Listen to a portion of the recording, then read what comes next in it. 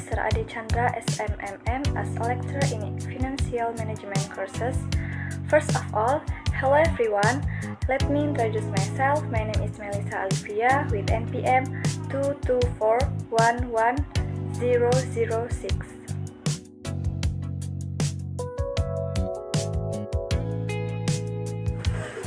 Oke, di video kali ini saya akan membahas mengenai manajemen utang. Poin pertama yang akan saya bahas yaitu definisi dari hutang. Hutang adalah jumlah uang atau barang yang dipinjam oleh pihak lain dengan persetujuan untuk membayar kembali dalam jangka waktu tertentu. Kemudian, mengenai manajemen utang adalah proses pembayaran utang dengan melibatkan pihak ketiga guna membantu pihak yang terlibat utang. Kemudian di poin yang berikutnya yaitu jenis-jenis utang berdasarkan jangka waktu. Utang jangka pendek, utang atau kewajiban yang harus dilunasi dalam kurun waktu yang singkat. Biasanya di bawah satu periode akuntansi atau 1 tahun.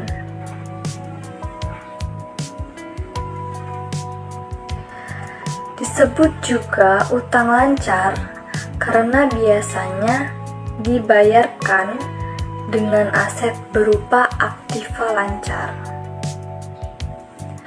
Kemudian utang jangka waktu menengah. Utang atau kewajiban yang harus dilunasi dalam kurun waktu menengah.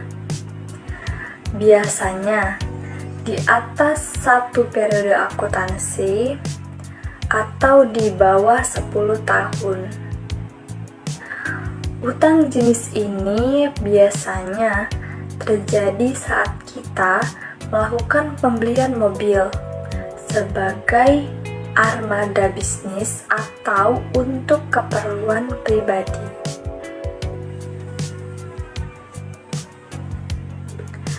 Kemudian yang ketiga, utang jangka panjang. Utang atau kewajiban yang harus dilunasi dalam kurun waktu yang lama. Biasanya di atas 10 tahun. Pinjaman ini biasanya memiliki suku bunga yang ringan namun tenor yang panjang.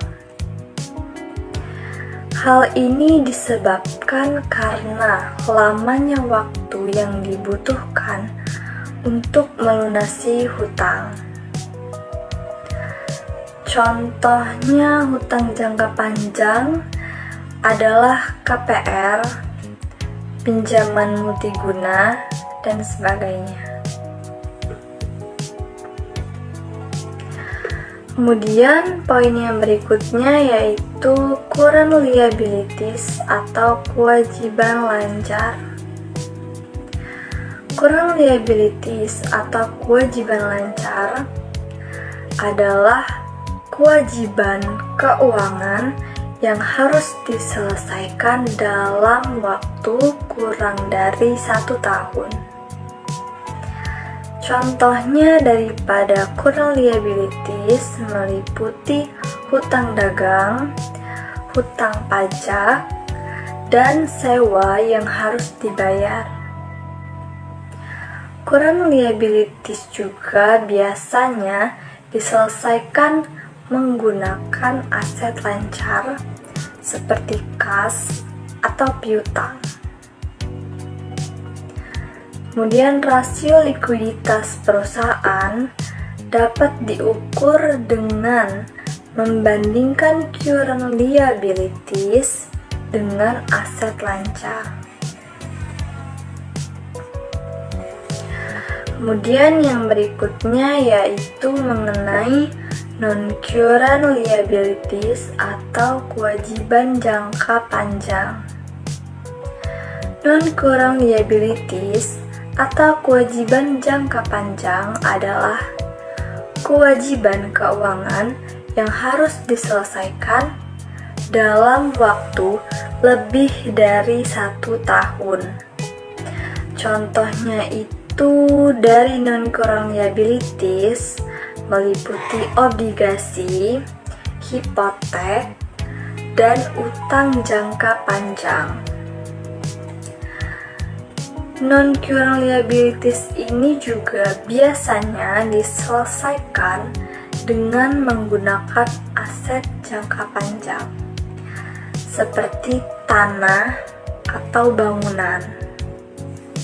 Rasio solvabilitas perusahaan dapat diukur dengan membandingkan antara non-current liabilities dengan total aset. Kemudian, likuiditas dan financial distress. Likuiditas adalah kemampuan perusahaan untuk memenuhi kewajiban keuangan jangka pendeknya. Likuiditas perusahaan dapat diukur dengan membandingkan current liabilities dengan aset lancar. Aset lancar meliputi kas, surat berharga, piutang, dan persediaan. Jadi, semakin besar rasio likuiditas, semakin besar juga kemampuan perusahaan untuk memenuhi kewajiban keuangan jangka pendeknya.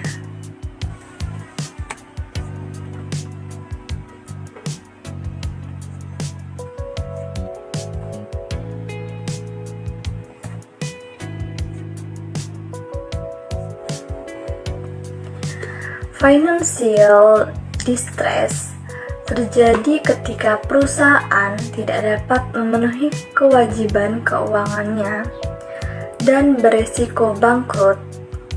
Financial distress dapat diukur dengan menggunakan rasio solvabilitas.